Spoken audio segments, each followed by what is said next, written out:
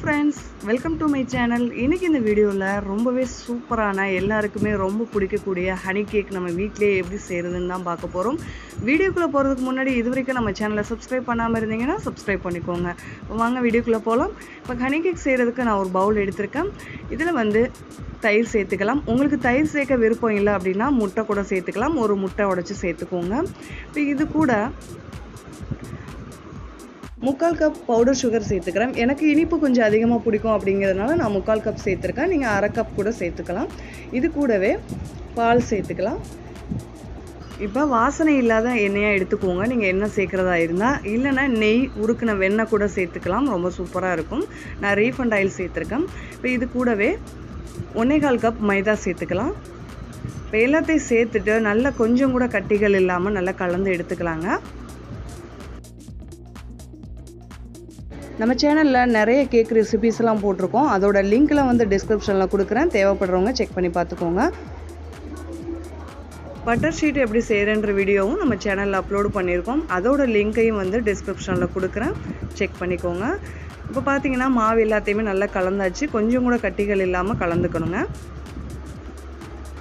இப்போ இது மாதிரி கலந்ததுக்கப்புறம் நம்ம மற்ற இன்க்ரீடியன்ட்லாம் சேர்த்துக்கலாம்.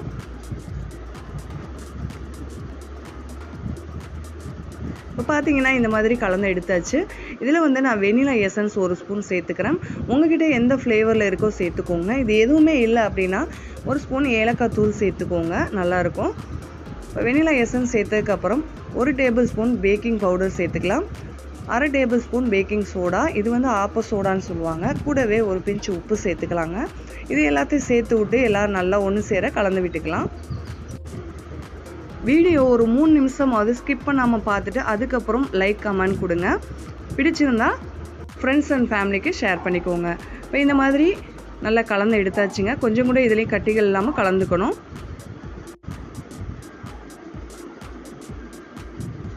இப்போ எடுத்து விட்டோம்னா இந்த மாதிரி மடிப்பாக விழுகணும். அப்போ தான் மாவு நம்ம கரெக்டாக பதத்தில் இருக்கும்.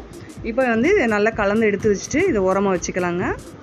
இப்போ பார்த்தீங்கன்னா நம்மளுக்கு கேக் செய்கிறதுக்கு மாவு ரெடி ஆயிடுச்சு. இதை இப்போ ஓரமாக எடுத்து வச்சிடலாம். இப்போ கேக் செய்கிறதுக்கு நம்ம பேன் ரெடி பண்ணிக்கலாங்க. நான் 6 இன்ச்சில் ஒரு கேக் பேன் எடுத்துருக்கிறேன். இதில் இப்போ கொஞ்சமாக நெய் சேர்த்துட்டு ஃபுல்லாக எல்லா இடமும் செய்கிற மாதிரி அப்ளை பண்ணிக்கலாங்க. உங்களுக்கு என்ன விருப்பமோ நெய் சேர்க்குறதுனாலும் சேர்த்துக்கலாம், எண்ணெய் சேர்க்குறதுனாலும் சேர்த்துக்கலாம். உங்கள் விருப்பம் எது வேணாலும் சேர்த்துட்டு இதில் பட்டர் ஷீட் இருந்ததுன்னா பட்டர் ஷீட் சேர்த்துக்கோங்க. இல்லைன்னா இந்த மாதிரி மைதா சேர்த்து எல்லா இடமும் ப்ரெஸ் பண்ணி விட்டுக்கோங்க.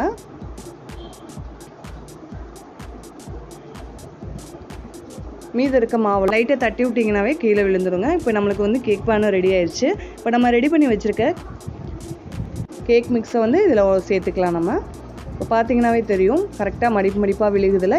இந்த பதத்தில் இருந்தால் தான் நம்மளுக்கு கேக்கு நல்லா சாஃப்டாக கிடைக்கும். இப்போ எல்லா மாவையும் இதிலே சேர்த்துக்கலாங்க. மாவு சேர்க்குறக்கு மாதிரி ஃபுல்லாக சேர்த்துறாதீங்க, பாதி அளவு மட்டும் சேருங்க. வெந்து வரப்போ ரொம்ப பொங்கி வந்துடும். கேக்கு கரெக்டான அளவில் இருக்காது நம்மளுக்கு. இப்போ இந்த அளவுக்கு எடுத்து வச்சதுக்கப்புறம் லைட்டாக அந்த மாதிரி டேப் பண்ணி விட்டுக்கலாம்.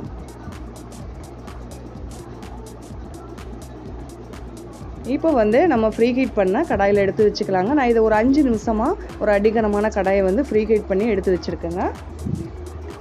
மிதமான தீயில் வச்சு ஃப்ரீ ஹீட் பண்ணிக்கணும். இப்போ இதில் நம்ம ரெடி பண்ணி வச்சுருக்க கேக் மிக்ஸை இந்த கடாயில் எடுத்து வச்சுக்கலாம்.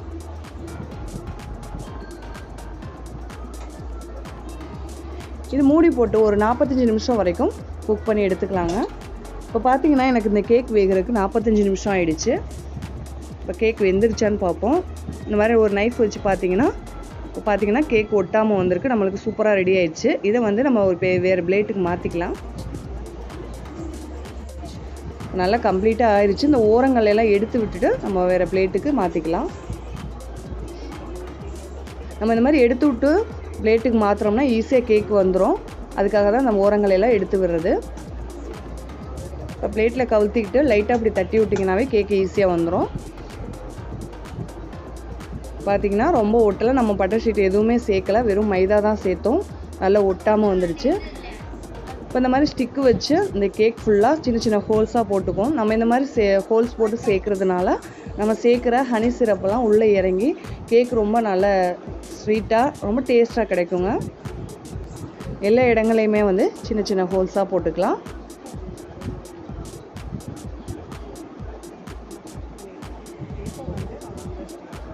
இப்போ பார்த்தீங்கன்னா நம்ம ஹனி சிரப் ரெடி பண்ணிக்கலாம். ஹனி சிரப் ரெடி பண்ணுறதுக்கு நான் ஒரு கடாய் வச்சுருக்கேன்.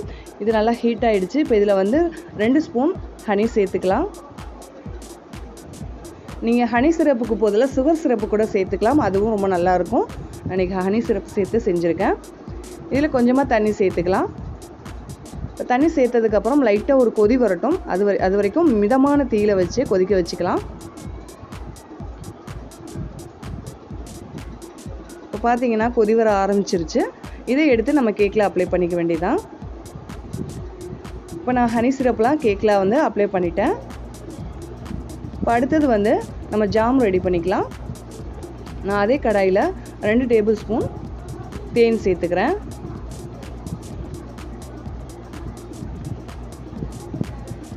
இதெல்லாம் மிதமான தீயில வச்சுட்டு செய்யுங்க, ரொம்ப ஹையில் வச்சிடாம.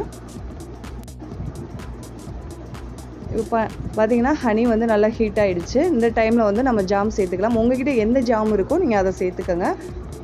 நான் வந்து கிஷானில் மிக்சடு ஃப்ரூட் ஜாம் எடுத்துருக்கிறேன்.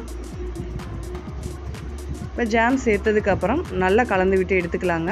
இப்போ தேவைப்பட்டால் கொஞ்சம் தண்ணி கூட சேர்த்து இதை கரைச்சி எடுத்துக்கலாம்.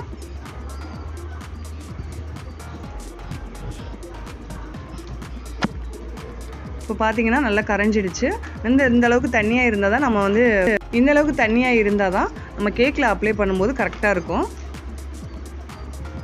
இப்போ நம்ம வந்து கேக் ஃபுல்லாக அப்ளை பண்ணி எடுத்துக்கலாம்.